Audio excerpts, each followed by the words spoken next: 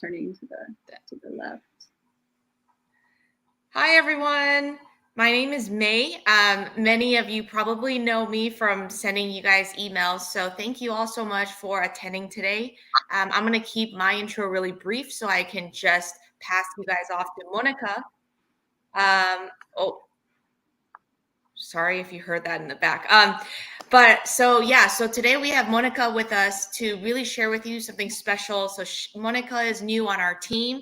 We are so lucky to have her.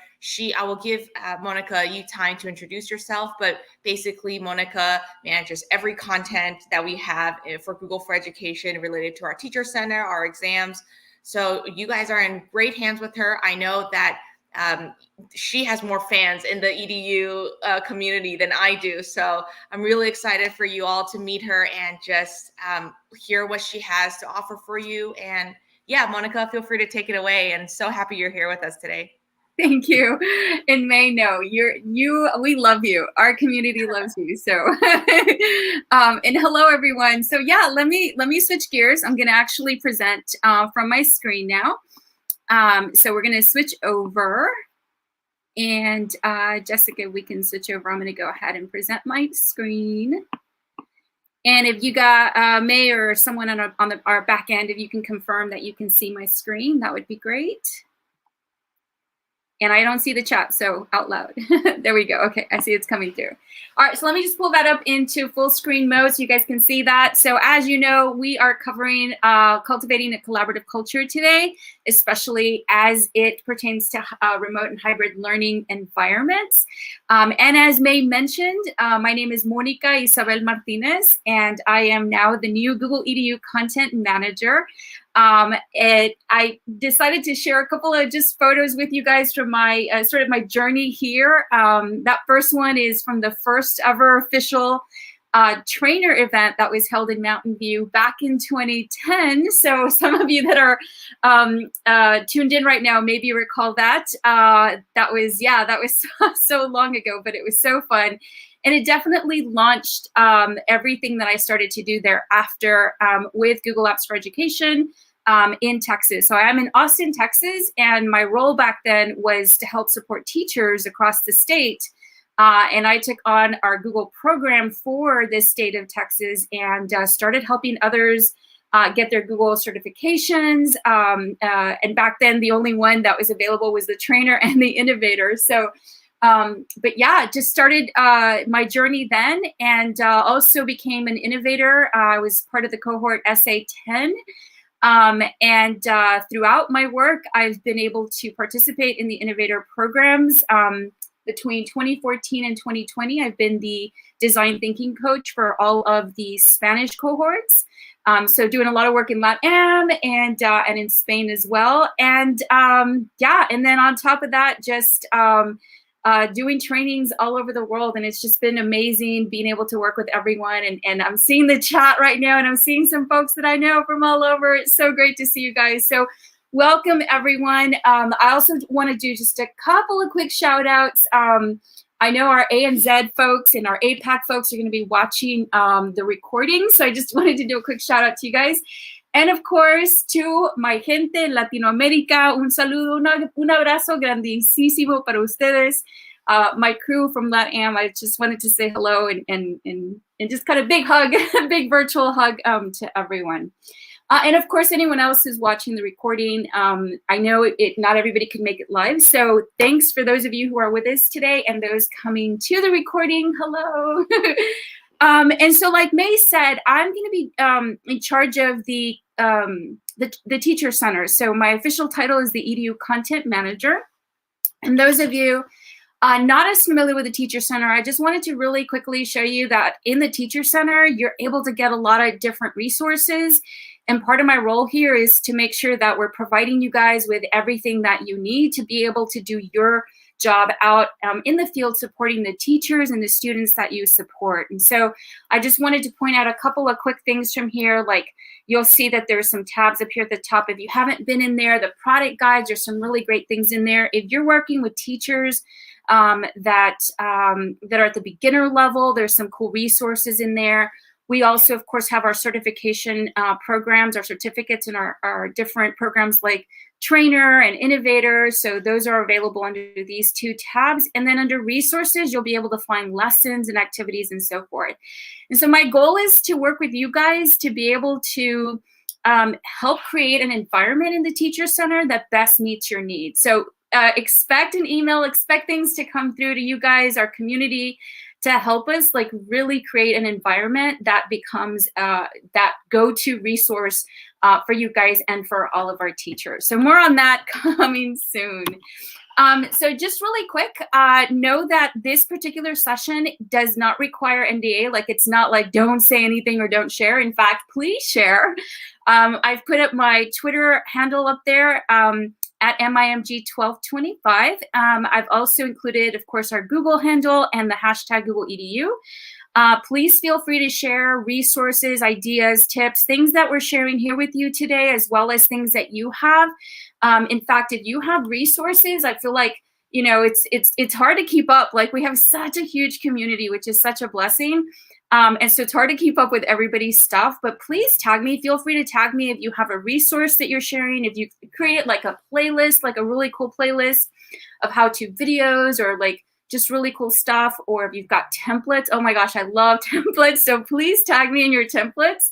I would love to amplify those. And also like that, those are also good opportunities for us to scope out and see like, oh, like, look what they just created. And like I shared earlier in the Teacher Center, we have lots of opportunities to highlight those resources that you guys are creating, and we'd love to do that. So more coming on that, but just wanted to share with you guys, please do share what we're sharing with you here today. It is not NDA.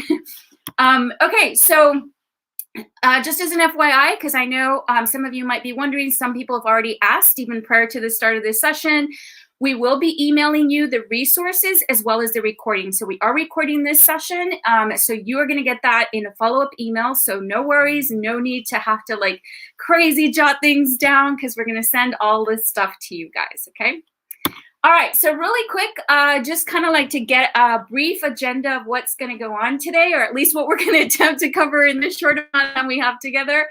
I'm going to be sharing a little bit of the templates that I've been building, especially over this last year. I know just like all of you guys, obviously our environments, our learning environments completely changed last year. And so we really had to think about how to create an environment that where we could still embrace the collaboration and the energy and the movement that we're used to doing in person. And for me personally, one of the biggest challenges was how do I create my workshop environments where I normally have games and we're up and around and we're moving and we're doing things and we're getting into groups and so forth. And I know you guys do that too. And I know our teachers do that too with their kids. So it's like, how do we embrace collaboration when we have such a mixed bag of things going on, right? Like where we're connecting virtually, and now a lot of folks are also hybrid.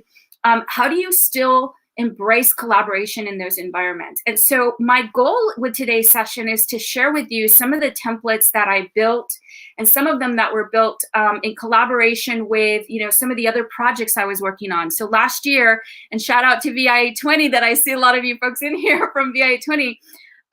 So last year we had to figure out how to turn what used to be, you know, 2.5, 3 days in person, like high energy Innovator Academy, but now turn it into a virtual academy. And how do we still retain and bring the energy and bring, you know, just kind of the movement and collaboration. So you'll see some of those things that I sort of pieced together after, where I'm like, oh, this is like a brilliant way to use this. So anyway, without further ado, I'm going to jump into the content. Oh, wait, one last thing. I did want to share with you what you can expect from the resources when you get those. So again, we are going to send you these resources. So I have it set up and broken down by section. So here's like an example of what you'll see in slides. And then when you get there, you're going to see this section where it looks like it's just a bunch of titles, but these are all linked items.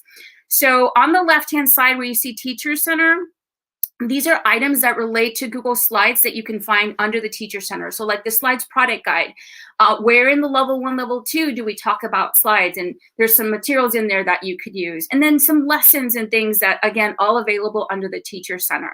And then below that, you'll see some community created resources. So like, for example, shout out to Sandra Landis. I don't know if she's in here today, but she's one of the HyperDoc, original HyperDoc ladies. And they created this one little word, HyperDoc, in Google Slides, which is awesome. It's a way to help your students really focus. And this is really important, I think, especially right now as we're still sort of in this hybrid model of learning, is to help your students find focus and a goal for themselves. So that's a really great template, and that's going to be linked there for you guys. Shout out also to Eric Kurtz, who always does a lot of really cool things. So I've linked on there some Google Slide add-ons that he put together. Also, Tony Vincent doing some great templates. I'm loving the stuff that Tony's coming out with. Of course, Slides Mania has a lot of cool stuff. Jen from Jen Technology is her handle, or Jennifer Scott. She does a lot of really cool yearbook templates. So shout out to those folks from our community putting together all these great resources. Again, if you have anything, please tag me, share what you're creating. We'd love to take a look. In the center section from these, you'll find my templates that I'm going to be sharing with you. And because I do professional development in the US as well as in Latin America, I've got a lot of stuff already ready to go for you guys in Spanish. So if you need those in Spanish, you're going to have a section down here for any templates that I've already got ready to go in Spanish. And of course, the last 2 columns here, support. These are resources that we have available to you guys. Lots of good stuff in here. And under the YouTube channels, of course, I've got our Google for EDU, Google Workspace channels, but I'm also highlighting some other folks that have really great channels and playlists that are perfect for go-to. So definitely check those out. You'll find at the top of the playlist my playlist that relates specifically to how to use these templates. So you're going to see right now, like as I dive into these templates, I won't be able to like explain all the how-to or all the building pieces, but in my video tutorials, you'll be able to find how to do everything or rebuild everything if you're new to sort of those processes that I'm going to be sharing. Okay, so having said all that, I know that was a lot. Having said all that, let me go ahead and jump in. We're going to start with Google Slides. I've seen slides just sort of really take off, especially here lately, when it comes to utilizing it as a place for not just presenting, but for collaboration and building, right? And we've always known like Google Slides had this capability, but I've definitely seen it take off in a way that it hadn't really as much before. So I want to share with you a couple of workbooks that I pieced together. And again, the idea here was for us to create an environment. Like I was thinking, how could we create that collaborative environment? And so what I have here is very similar to what we're used to seeing when it comes to design thinking. And those of you who've been through the Innovator program will definitely recognize some of these items. But I wanted to share with you a couple of quick things in relation to building this, right? So all I have here is just some basic text. Like imagine a person would have their own workbook, right? So this is an individual workbook where I'm building my project, or perhaps you're doing group projects and I have a template for you guys as well. This one's for like the individual that needs feedback from their classmates, right? So I would put my video for my project or my image or your product, you know, like let's say you've built something and you're taking pictures of it, you could put those in here. So this is just a sample of how that could be added. So this in the background, if I select it, you can't move it, which is great because a lot of times what happens is that as we're adding things, things get moved. So what I've used are master slides to be able to add these graphics to the back end. And I'll show you that here in just a second. But where the real beauty and collaboration comes in is here in this section. And I do have like the instructions down at the bottom of your template. So you'll be able to see those instructions at the very bottom. I know it's hard to see in the notes down there, but when you get this template, you'll be able to see that. And so I'm going to shrink this down. Don't worry about being able to read that because what I want you to see are that yellow little squares over here to the left, the blue ones, the purple ones, the green ones. All of these over here are pretty much just squares I created and I gave it a drop shadow so it looks like a sticky note, right? And then above that, you'll see where it says student 1, and the idea is for the student to basically just put their name in here. So let's say this student 1 was going to be Monica, and student 2 is going to be May, and student 3 is going to be Jason, and et cetera, right? So you just put the names in. That way, when I give feedback to, let's say this template belonged to Victoria. When I give feedback to Victoria, she knows who the yellow stickies are coming from because I've put my name under student 1. And so what you end up with is going to be this. So this is the example of what would happen, right? So here are the names over on the sides, right? And then in the center, and now I will put it in presentation mode so you can see that a little bit better. And now what you're going to get, like in the actual canvas here, is Victoria is going to be able to see all this great feedback from all of her students. So again, this was sort of what we used to do in person, where one person would go to their group and present their product or their idea or their project and get feedback from their classmates, but we lost that because we weren't in person. So this is pretty much recreating that, right? But in a digital format. So now if you have like a hybrid model, you obviously have kids that are there that could certainly talk to each other, but now you're bringing in the voices of those kids who are not physically present as well. And those of you that are 100% still virtual, obviously this can happen 100% virtually. So you can customize this, by the way. So the questions I have on here are like, what did you like? What did you not like, etc. Those fields are customizable in the master section, not directly from the slide itself. And I purposely did that so that when you're dragging your notes after you've added the comments, it doesn't drag or affect the background information. And that's key because you know that can happen where suddenly everything shifts. I've seen that happen. So that's why I've built this in that way. So the idea is I've presented my concept. Now I've gotten feedback from all of my colleagues. Now what, right? Like, how do I make sense of this information?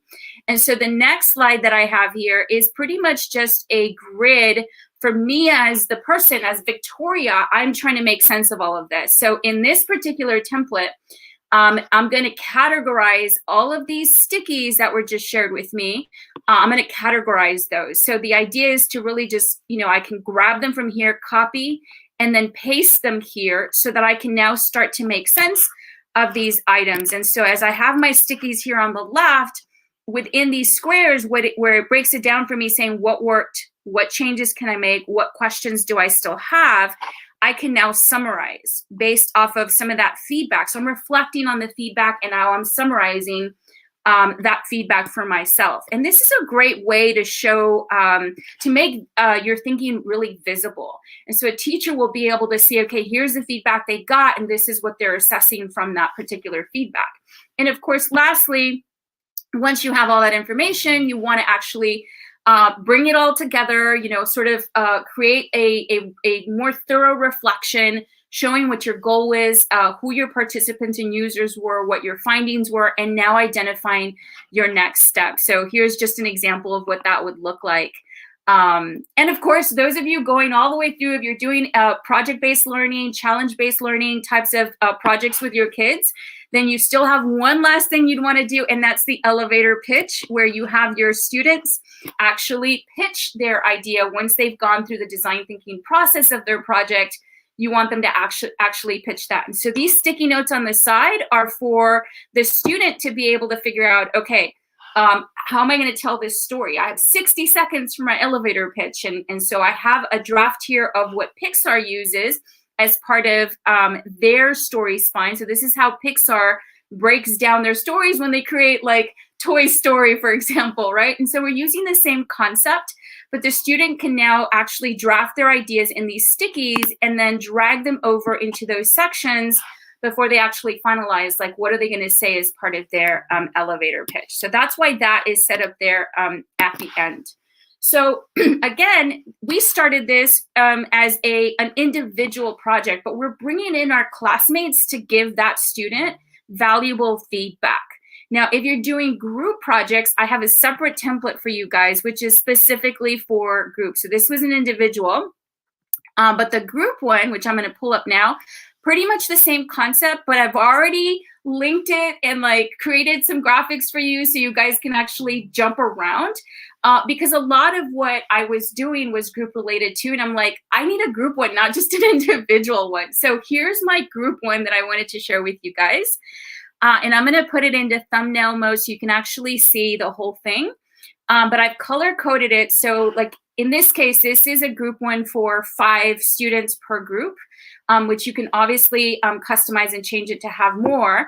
But in this one, I've got 5. And so you've got everything in blue would be for 1 student. Everything in the red section is for student 2. Everything in yellow is student 3, et cetera, green, et cetera, right? So they're color coded. And let me go back to slide 1 because I do want to share with you, as you guys know, in Google Slides, and you can set these up to hyperlink, right? And so I did a little bit of hyperlinking. So I'm going to put this into presentation mode so you can see it better.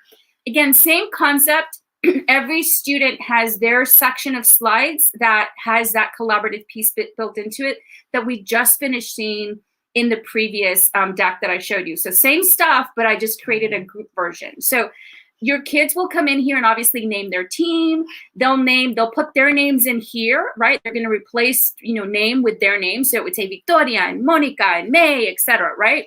So when I click on, let's say this one here that belongs to Monica, I click on it and it goes to the red section, which is all the stuff for my presentation. So the students could go through, they'd be able to see my video here. This is where they would be giving feedback, et cetera. So this is where all the work would sit for that student. And in the last slide, you can click on the back to menu and it takes you back to the main screen. So they're already hyperlinked and ready to go. And yes, I totally agree with Karen. Hey, Karen, color coding is definitely the way to go. It's just that visual assistant, right? Like that just, it helps the students be able to figure out like, okay, where's my stuff? Because we all know, even though we have revision history, we all know that sometimes it's confusing whose slides are whose. These are color coded on purpose to help like target that particular challenge when it comes to collaborating in slides all together. But again, this is built with everything you saw. So all of the stickies on the side are already there, etc. So before I move away from this, I did want to show you. So when you go to slide and go to your master, and again, this is going to be in my video tutorial, so you'll be able to catch everything there. But when you go to the master, this is where you're going to find all of these templates that I've built. And this is where, yes, here you can definitely change and move things around because this is the template section. So here I can change the questions. So you teachers, you trainers, this is where you can come and customize these sections here. And they are titled, this one's called user feedback form, so that when you're actually on your slides, you can implement that particular slide. So again, you come to the master deck to make edits to any of the items that are on there, including even the graphics. Like these are just graphics that you can get rid of if you don't want to use these. Like you can totally replace them with something else. If you need, again, like if you want to create your own set of tabs, etc. So, and here's where you'll find all the different colors, the red, the purple, yellow, green, etc. Okay, so all of that is there, customizable for you. And so when you come to your pages here, I'm just going to do really quick. I'm just going to grab this slide here and just do a really quick demo of this. So I'm just going to create a new page, but let's say I don't want the elevator pitch background. So I just go to slides and then I go to apply layout and I select which layout I need. And so all of your layouts, these are all everything I just showed you on the back end. Like you just come in here and you select it and it's going to apply that layout now to that particular page. Okay, so that's how that works. Let me delete that. Yeah, and so those are these project workbook templates. Again, I've created those two, the one for the individual, which is the first one we started off with, and then this second one was a group one. So again, you're going to get those in the resources that that you're going to be getting. And I did want to show you this additional piece here because this is adaptable. It doesn't have to be like a full-blown like project-based learning or design thinking kinds of projects. This can be used for a lot of other things. So shout out to one of my colleagues, Donnie Piercy, who's done a lot of really great creative stuff with his 5th graders. So he teaches at an elementary out of Kentucky.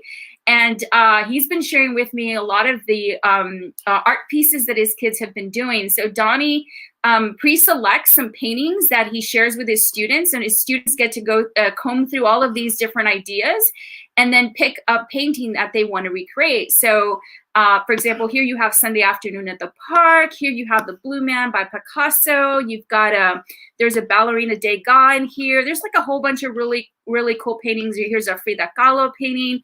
And so the kids get to just, go through here and pick which painting they're going to recreate.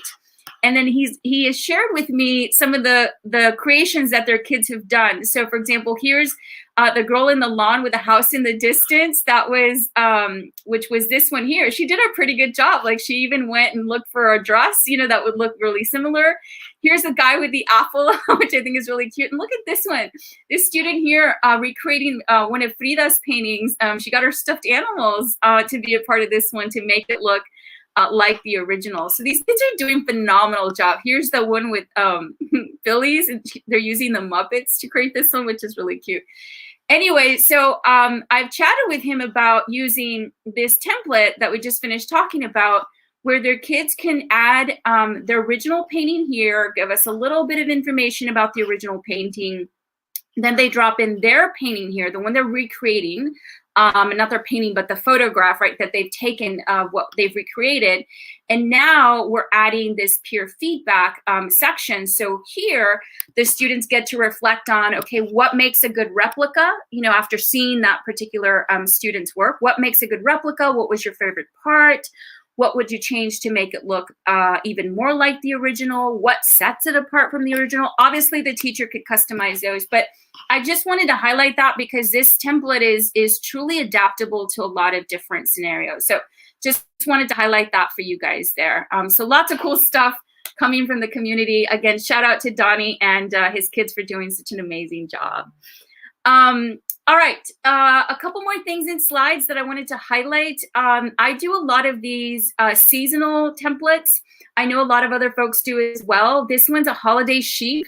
I worked on this one with one of my colleagues, Peggy Reimers, who's also here in Austin, Texas. And she and I put together this one. We've got a jack-o'-lantern. We've got a Thanksgiving one, and recently I put together a Valentine's one, and we've got Cinco de Mayo coming up, so I'll probably come up with one. So these templates are meant to be also just a space for kids to sort of have fun, learn the different features within Google Slides as far as bring things forward, backwards, organization, grouping, sizing, but in a really fun way. And they also get to do it collaboratively and then be able to, once the kids create their own. So here's one example.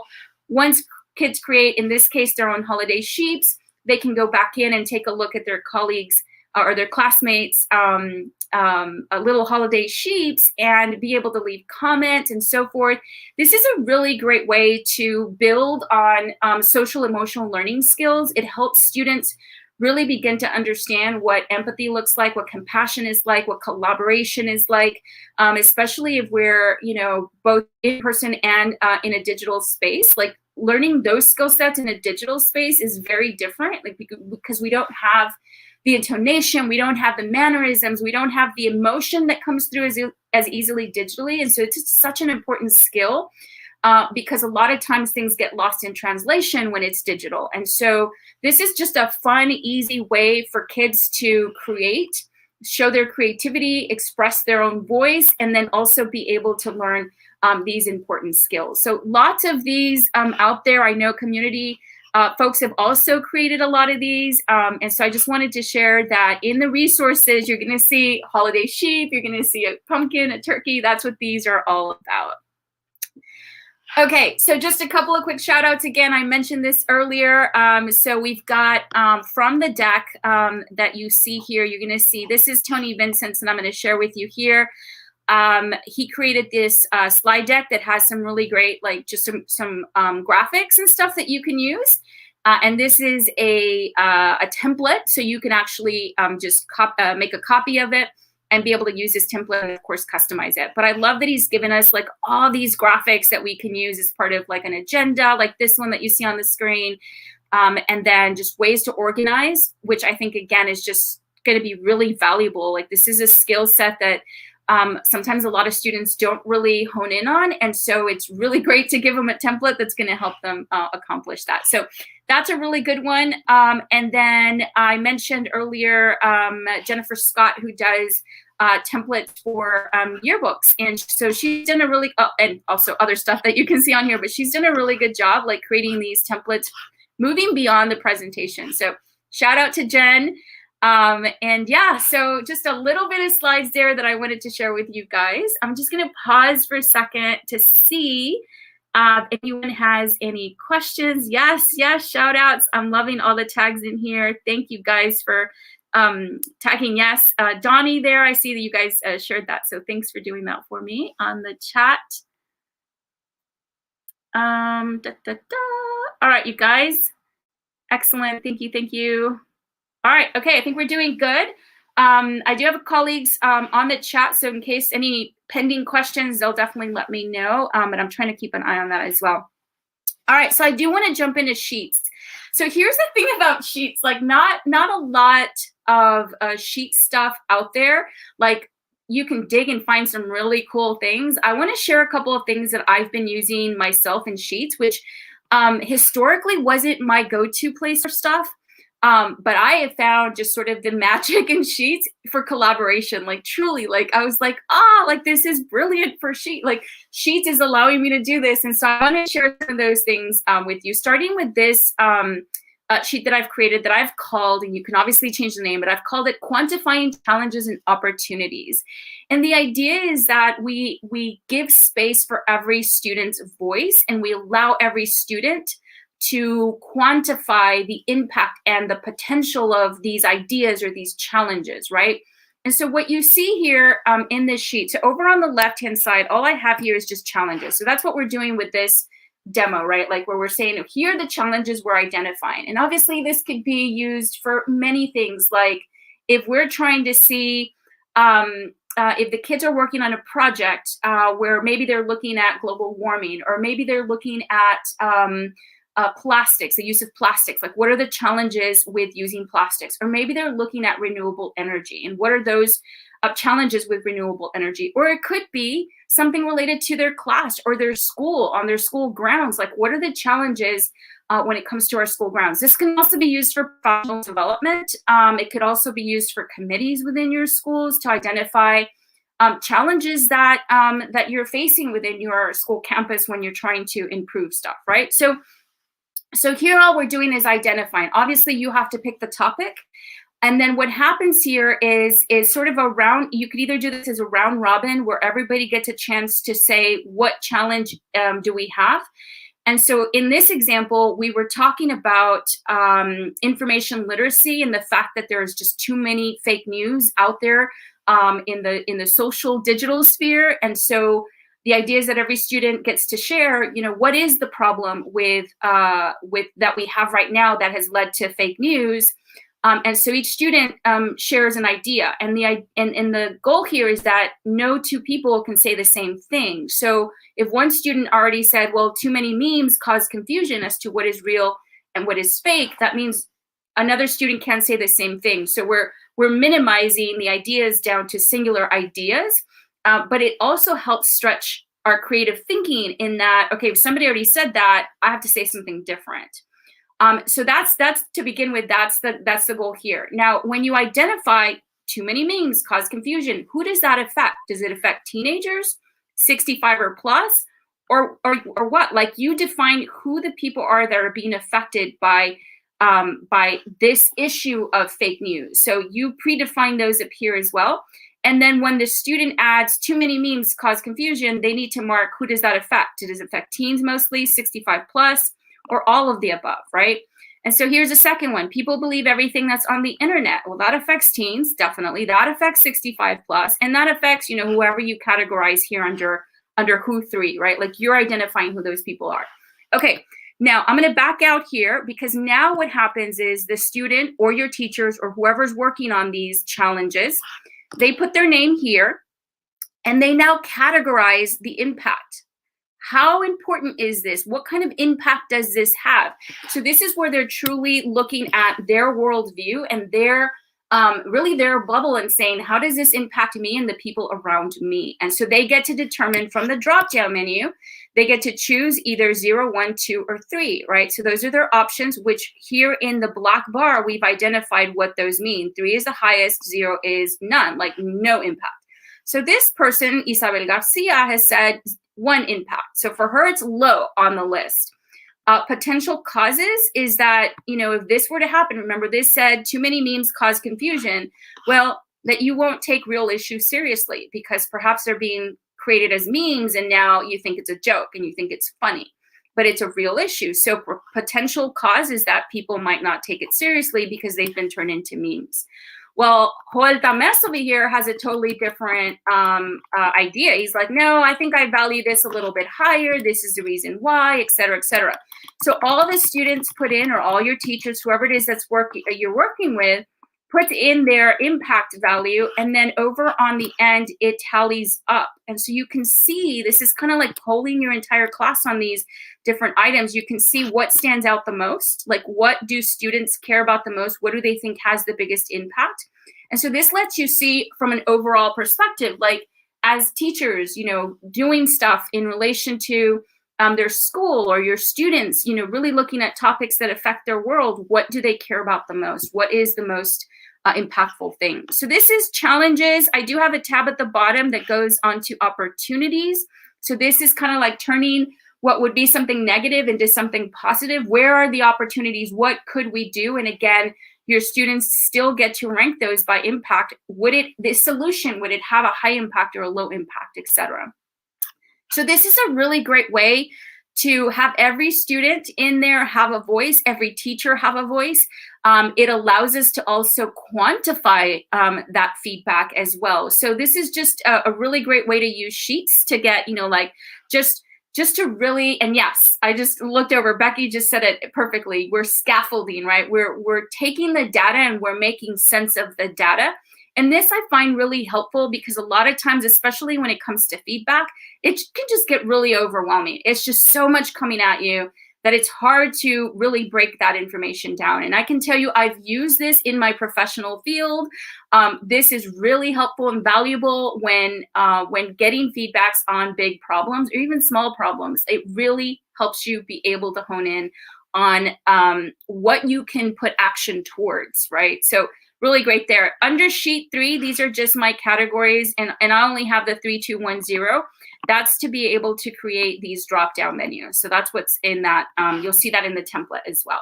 So anyway, hopefully this is a good template for you guys to use. And I did see it in the chat. It came through. Somebody asked again, yes, you will be receiving all of these templates. You've got a resource coming your way that's going to have everything.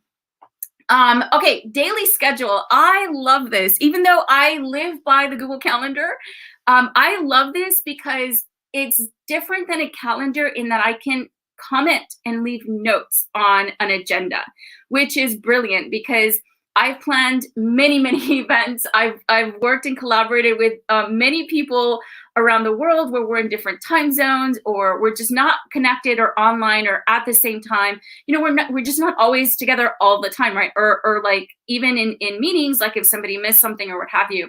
And in this schedule here, like I get to ping people, right? Like in Sheets, you get to add comments and add people to things, right? And so, and everybody has this view. So there's a little bit of extra functionality that I wouldn't necessarily get from my Google Calendar. So this is brilliant for that. And what I love is that this is set up. I'm going to go up here to the top so you can see this. So this is, I just call this daily schedule, right? Up here at the very top, it says week of. This is actually a clickable field. So I'm going to click on this. And in the drop-down menu, so it's got a little calendar, right? So right there, you saw that when I clicked on it, it dropped down the calendar. I can change this to, what are we? We're in the week of the 22nd. So if I change this and click on 22nd, it's going to auto change everything down here from what used to be 3-1, 3-2, 3-3. It's now 3-22, 3-23. So it just made this to where my calendar now, or this weekly agenda now has today's date. So yes, you can totally go back to like 1999 if you wanted to, or you can fast forward to 2022, etc. So this this template's ready to go for you, where you could just simply change cell C2 to whatever week you're in. And what I did was pretty much just create tabs at the bottom for, each of those different weeks. And obviously you're going to customize this based on what you need. But just know that yes, the magic cell is C2. That's the one that changes everything up for you. So yeah, definitely check this one out. It's called just Schedule is the name of this one that's there. And then the other one that I have that's similar as far as like coordinating projects, have anything that's like a checklist item, coordinating with other students, etc. Or even if you just have students do this for themselves to help themselves get more organized, for those that might need that, here's another one. This is just a to-do list, very similar to what we're used to seeing like in our tasks from either Gmail or Calendar, but here it's in a spreadsheet.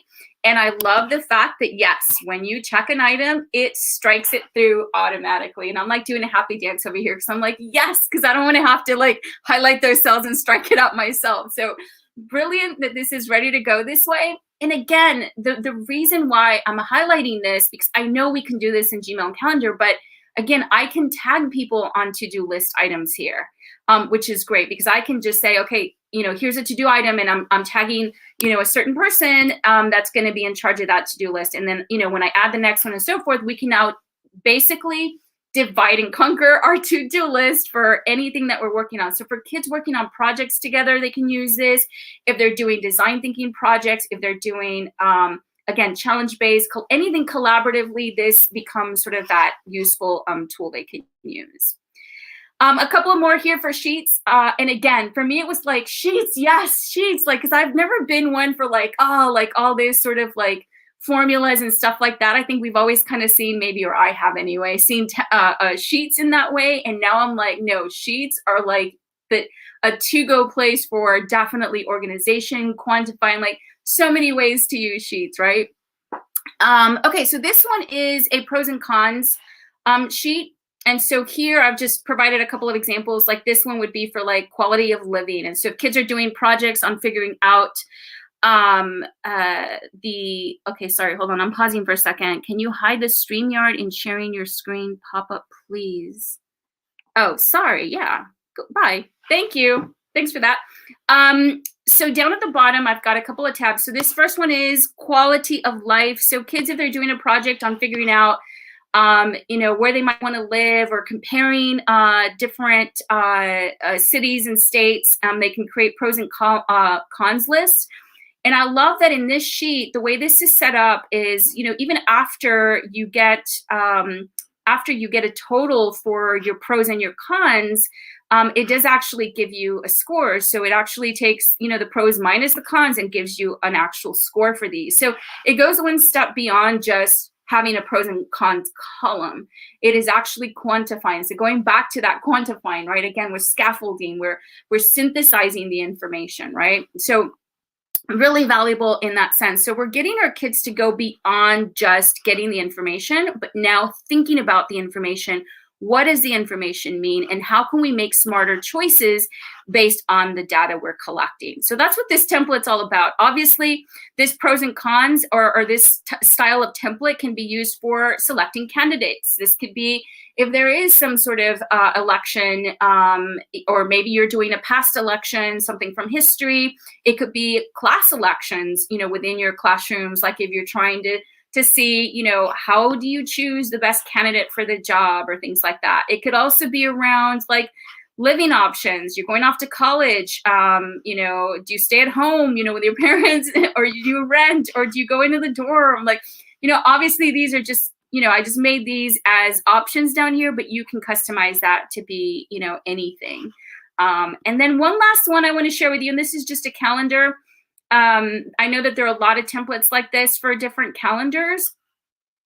There's a tab down at the bottom here for calendar that shows you how you can actually customize these. So let me just go back to the calendar here, and you just go to format. I theme. And if you don't like the current, color scheme, you can choose any of these down here and say, oh, I really like this one. So there's some of the blues. Maybe you want more red in it and purple. So this one, changes to that one. Here's another one with blues in it, etc. So you get to pick and choose down here how to customize the colors. And if you don't like those, you click on customize. You can change the font, the colors individually here on the right-hand side. So totally customizable. And this is if you want, a calendar. And you can obviously, these are set up so that you can also print them. And it does break it down, so by month as well. So this is ready to go, like if you wanted a calendar. Now, in the templates, I've seen that they basically released these templates just before the year. So 2021 is there now, and I'm guessing we'll see 2022 at some point soon. All right, I'm going to pause here for a second, just take a look and see before I jump over to Jamboard, which, I'm so excited to do. Jamboard's got a lot of really cool stuff, but before I do, I just want to take a look. And thank you, Laura, for letting me know about that link at the bottom. Yes, Becky, I completely agree. Definitely a game changer when it comes to helping them process that information for sure. Okay. All right, you guys. Okay, so I'm going to keep going. We're going to talk about Jamboard next. And lots to explore. I do also want to highlight here in a little bit just some ideas from the community as well. You guys have been amazing at sharing some really great templates using Jamboard. So here are a couple of the ones that I've pieced together that have been really useful. Parking lot concept.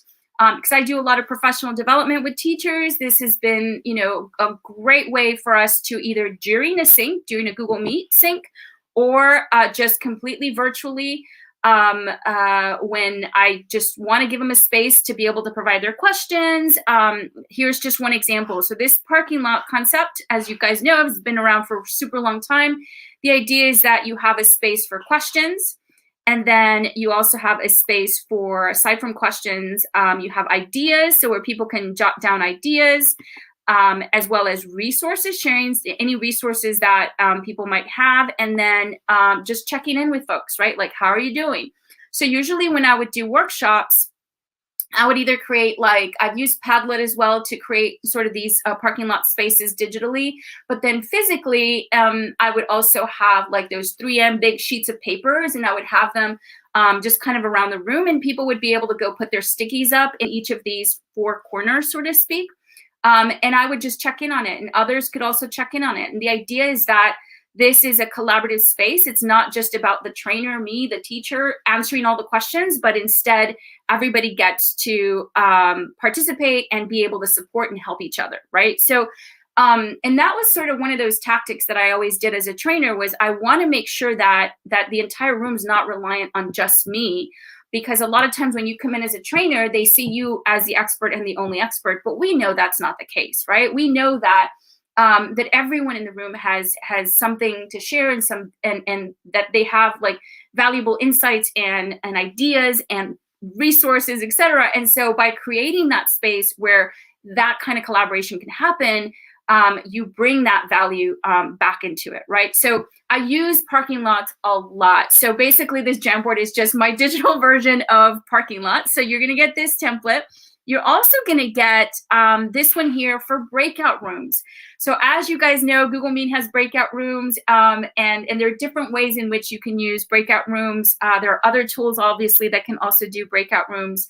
This particular Jamboard is so that we can prepare what's going to happen in those breakout rooms. Now, I don't know about you guys, but I'm raising my hand already. How many of you have been to a breakout room where you're with your partner or your group, and you're like, wait, what was the question? Or what were we supposed to talk about?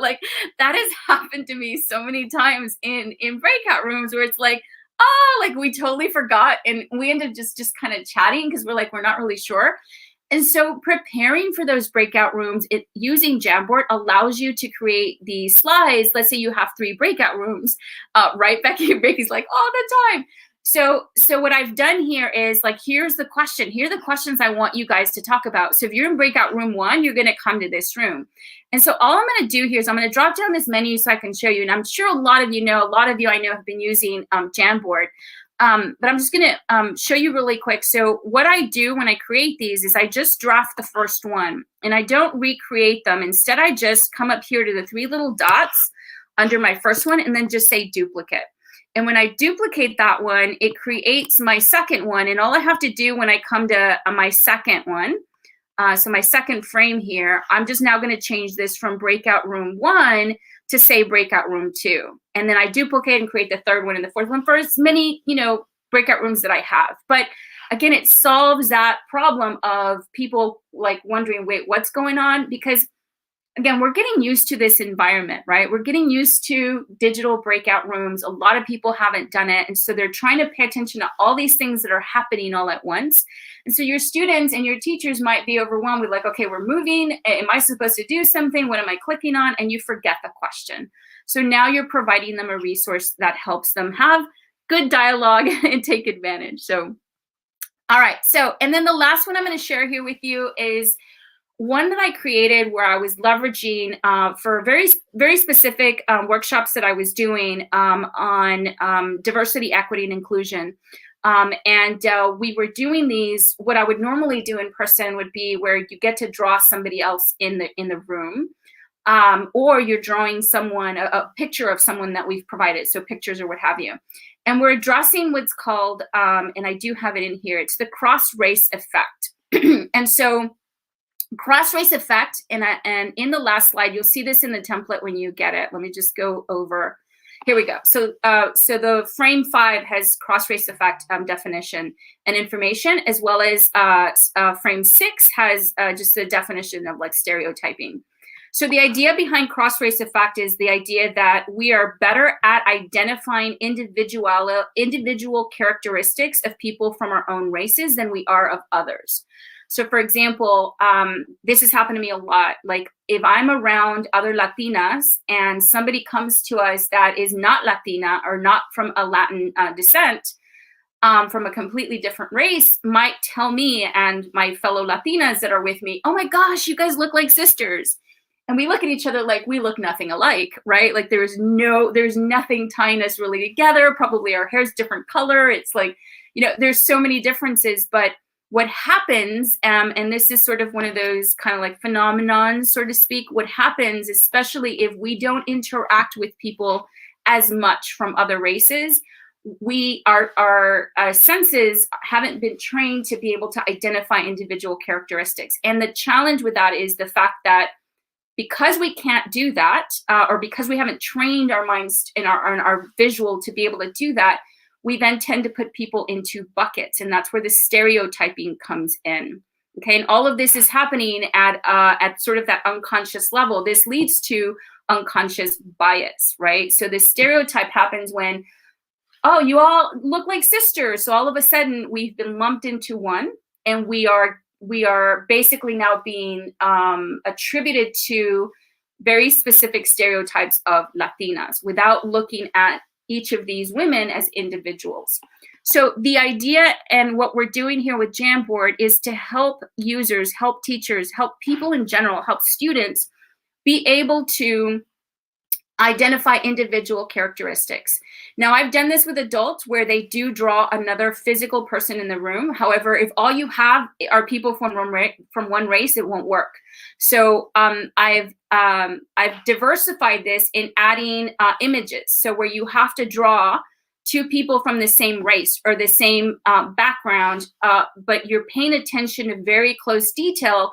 And so when you put up two people like Michael Jordan and Tupac, they have very, very different characteristics. And so the idea here is that Yvonne would be able to notice, oh, like there's a difference in like the eye shape, the nose shape, the amount of space between, the eyes and the forehead or what have you. And so you really start paying closer attention to detail. And that's what this particular template is about. So to me, I found this template as like a brilliant way to solve the challenge of, well, I don't have them in person. We're not drawing with paper, and not everyone is on camera, right? Like that's been another big challenge for us this past year, is that not everybody turns on their camera. So I wouldn't be able to do something like this if they're not turning on their camera. But instead, we started using images and pictures. So that's the idea there for you guys. So definitely check that one out. It's called Peer Portraits. I do want to do a quick shout out to my friends here as well that have done some really great things. Ditch That Textbook from Matt. So he's got a lot of really cool things. He's got some templates in here for you guys. So definitely check those out. These are also going to be linked in your resources. And of course, let me come over to this one here. Another shout out to Maria, who's also linked in the deck. She created this one. She uses this for professional development with her teachers, and talking about how to connect units and lessons to diversity, equity, and inclusion. So I think the idea here is based on our questions, like discuss current units you teach that have a connection to DEI. And then there's a section for, are there places DEI is not currently included but could be? And then did you address, in this case, she wrote Black History Month, why or why not? So teachers get to brainstorm. Every teacher, it looks like, gets their own. As you go through here, it looks like, so all kindergartens are putting notes here. In the second one, it's all first graders, then second graders. So she has ones for each one. So all teachers in each grade level are collaborating here. So using this kind of like as a bulletin board, right, where we're adding our ideas per topic there, per grade level. All right, you guys, I see I have like 5 minutes left. Oh my God, this hour has gone by way too quick. And I do want to certainly pause to see if there are any questions. I'm going to show you really quick just one of my templates that I've been using for conversations using Google Docs. And so I'm just going to jump right into that here really quick. This is an example of the way in which I've used it with my Latinas group. So one of the projects I work on is with young Latinas ages 12 to 25, and we work with them on building their leadership skills, developing their voice, confidence, etc. And one of the things we talk about that is really, really important is really looking at the content that's being put out there around Latinas and how they can leverage their voice to change the narrative. And so this is just an example. There was an article that came out, PBS put this out in collaboration with others. And so there are these great folks out at different universities. These are student sort of like fake news advocates. And so these are students at the college level that are putting together these resources that we can now use, of course, in the high school or even junior high level. And so the idea here is that my students watch the video, so they have pre-work to do. And then they have like just a little brief summary. And then I usually attach additional resources for them to look at. Because the goal is, this is the pre-work for my learners. So the goal is that when we come together, we're going to have discussions. And I know a lot of you do docs for discussions. The way I set this up, you'll notice my borders go all the way to the end. So I'm taking up as much space as I possibly can on the screen. That's really helpful because things don't flow into a gazillion pages, right? The other thing I've done is after each, so this is a table where I've determined up at the top, you put your name in this column, you answer the question here, and then peer feedback in the third column, allowing other students to comment back on what others have said. But I've also created page breaks so that as this first question becomes really large, your second question remains at the top of the second page. And that's really helpful because, oh my gosh, like I'm sure this has happened to a lot of you where, as we start to populate, something up at the top, everything below it starts getting pushed down, pushed down, pushed down. This retains question 2 up at the very top of page 2. You can also set these up here where it says question 2. You can also set them up as actual headlines so that you could link at the top question 1, question 2, so that it's easy to get to those right away. So just wanted to share that with you. You'll see a template with that as well. So you're going to be able to get that one. There are a couple in there for Q&A stuff. Okay, I know I only have a few minutes left, but I definitely want to share with you one of my favorite activities of collaboration that I built over the course of last year. which is these photo tours. When we went into lockdown, it actually became a golden opportunity. And by lockdown, I mean places closed, but you could still be out in the city. And I basically leveraged that as an opportunity to be able to capture my favorite murals without a lot of cars being in the way or people being in the way. And so I just started going on these photo walks, and I turned that into a collaborative possible project that you can now do. So this is the end result, which is using Google My Maps. So beside Google Maps, I'm using My Maps as a tool for me to create this. This is the end result. So as I was going out and taking these pictures, I then eventually created this map along with the photos. So now people can actually take a virtual photo walk of my community. And I thought this is a great way to for other communities to be able to build empathy and compassion and understanding for other people. When we don't know people and we don't know what their communities are like and we don't know their stories, we begin to judge based off the stereotypes we see online. And so the idea here was to give space for your students in your community to put yourselves on a map for the intention of being able to share your story with the world. And obviously you could do collaborative projects with teachers in other countries with this project. So just to kind of back up, this is the end result. To back up though, I created this template that you will also have under your slides section, where you already have, you'll get this template that has this, where it says insert image here, put the title here, the artist, the location, and a brief reflection. So the idea is that you actually create that for each of the, whether it's a mural or a sculpture, whatever it is that you're capturing, that you do actually summarize, and it's not just about taking pictures, but you're actually learning the history of these murals or these objects, etc. And so I learned a lot about my community in doing this project. Some of the things that I didn't know as far as the history, gentrification in the east side of Austin, etc. So I learned a lot in this process, which I know your students would as well. So the idea is that we start here where we collect this information. Then we use a Google Sheet, going back to Sheets, to be able to add our names and of each of the items plus their addresses. Because from there, you go to My Maps, mymaps.google.com. And again, all of this is recorded in a video tutorial. So to build all of this, you'll have that.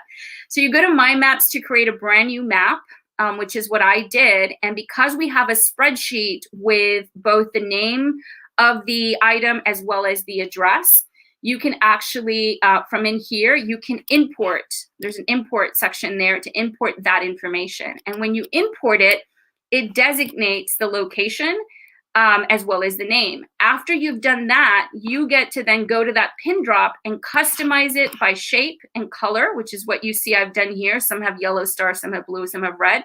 So you get to customize those items, plus you of course get to add content to it as well. So that turns into your virtual tour of this space. So just wanted to show that one as sort of the last one. That was one of my favorite activities from then. But yeah, so just lots of different ways, certainly, to leverage these Google resources to create those environments that are collaborative, that are targeting SEL skills, that are helping us create a more aware, more cognizant world for our students. And so I just wanted to share some of these things that I've been building. All right, you guys, I know we're already a little past time here, so I'm just going to wrap up here.